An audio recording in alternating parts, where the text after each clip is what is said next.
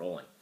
Hey guys, my name is Jared. I am a recent graduate from Chapman's MBA program, finished just this past year. And while I was at Chapman, I was able to give a successful elevator pitch that actually took place in an elevator while I was interning at a company up in LA. So I'll tell you about what happened and what I was able to take away from it. So this was last summer, at the beginning of the summer. I had just started, and I happened to be riding down the elevator one evening at the same time as one of the partners for our company.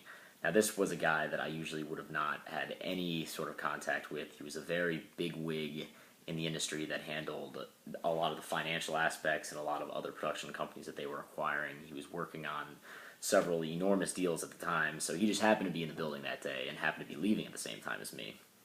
So we walked into the elevator, and I automatically recognized him, knew who he was. He had no idea who I was, and he didn't care. He just walked in, and he was looking at his phone, reading some emails, I'm assuming, and we started to go down. As he was reading his emails, he just let out a sigh, and I thought maybe this was an opening, so I just said, "Long day?" And he said something to the tune as, "Oh yeah, very long day," or something like that. So I just went ahead and introduced myself. I said, "Hi, I'm Jared. I'm one of your interns here. It's an honor to meet you." And he said, "Oh, hi, Alan Shapiro." And then I said, "I'm very interested in what you're doing. I've been reading about some of the deals you've been working on. And even though I'm a film intern here, I am also going to grad school. I'm getting my MBA right now, and I have an emphasis in finance. So I'm actually very interested in what you do, and hopefully one day we'll be doing the same thing." And this got his attention a little bit, and he was just like, "Oh, that's great. That's really great."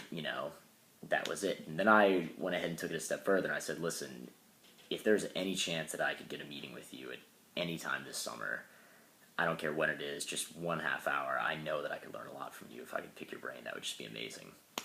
The elevator ride ended, the doors opened up, and he said something like, "Sure, see my assistant and set it up." Walked out.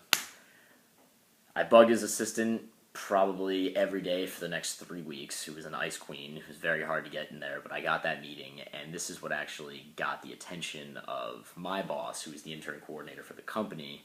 And he was very impressed because this partner didn't even know the intern coordinator's name, and he said, "How does this guy who's a new intern get a one-on-one meeting with him?" And then it just so happens that out of 23 interns that summer, I was the only one that ended up getting a job offer. So what I learned from this was really 3 things.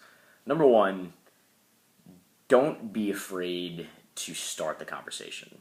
There could have been somebody who was way smarter than me and with much better work experience and more qualified that would have gotten a meeting with him and ultimately perhaps gotten a job at the company that maybe just wouldn't have said anything when they were riding down.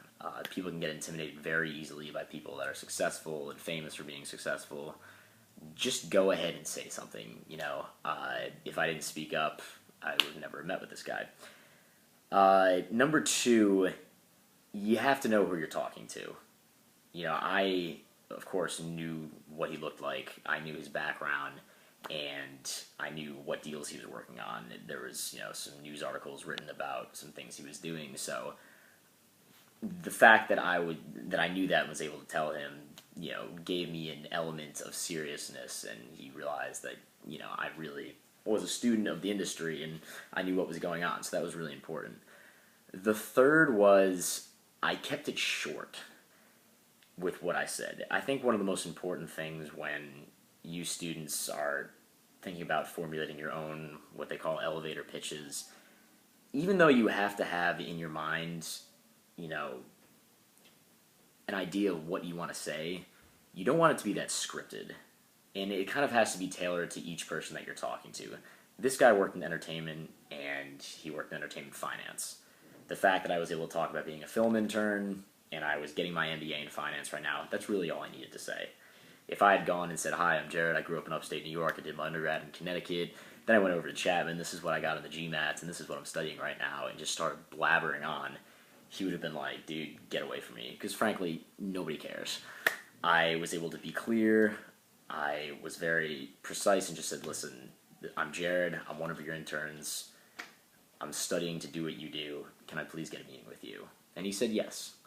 So don't be afraid to speak up. Shyness will kill you. If you are a scientist or something, then you can be an introvert. But if you're going to be a business leader, you can't be afraid to speak up and start conversations with people.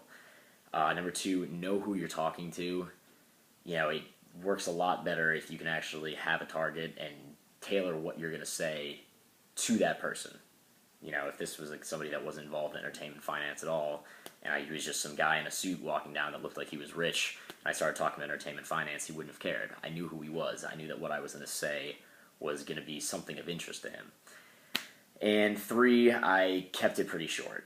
I did not go on and give a whole spiel, practiced, rehearsed, scripted paragraph about myself. I just told him who I was, what I wanted to do, and let him know that I had great respect for him and that it would mean the world to me if he just gave me 30 minutes of his time anytime over the next few months. If you do that, more often than not, people will say yes. You have to go back. Like I said, I pressed his assistant for the next 3 weeks trying to get the time slot that I was able to get, but it worked out. So good luck, guys. And that's all I got. Thank you.